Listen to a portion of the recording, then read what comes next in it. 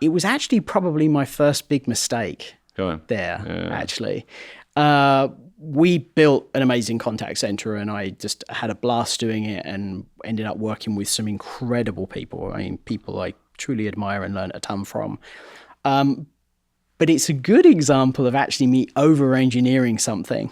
Oh, yeah. And I ended up with the team, but my responsibility was definitely creating this very flexible network configuration where, and this is at a time where phone networks and telephone networks or voice networks and data networks were separate things. The two will never meet. That's how it used to be. Hard to imagine today, but that's how it used to be. And we came up with this flexible design of being able to basically use RJ45s or Ethernet, essentially an Ethernet cable like jack, to cross-connect telephones and networks. And we ended up really over-flooding and over-cabling the building to do that, which ended up costing a lot more money. So that's not good, right? You're running a business. But also, I think, adding additional levels of complexity there. So I learned a lesson early on there that function is really important, but you also have to marry that with the experience, and you also have to balance that with the value. So experience, capability, and value have to be in balance. Yeah. So along with team building, you get some sort of fundamental kind of encounters with it. Yeah. Maybe we just sort of jump forward into the sort of second stage of your career. I mean, where would it be a good place to start? You've got some amazing names here: BlackRock, Juniper, before VMware. I mean, where do you feel like the career went to the next level, and your skill set and understanding of what leadership was about kind of expanded? I joined Barclays Global Investors in 2006, February 2006, and they were later acquired by BlackRock. So, but Barclays Global Investors were owned by Barclays Bank at the time, but they were very much arm's length.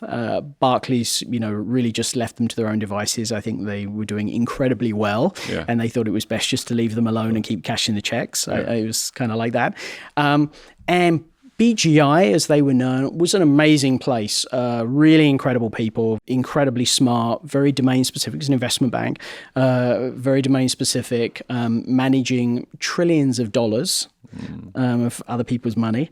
It was an incredible place. About 8,000 people, I think, in total employees. But I remember joining there in 2006.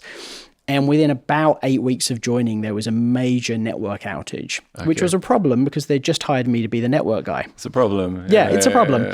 I'd figured out where the loos were, where the coffee was, and a few people's names at this point. Sure. But I remember us having to execute the continuity plan for the business. Here I am. What does that look like? Well, that's a good question. That's a good question.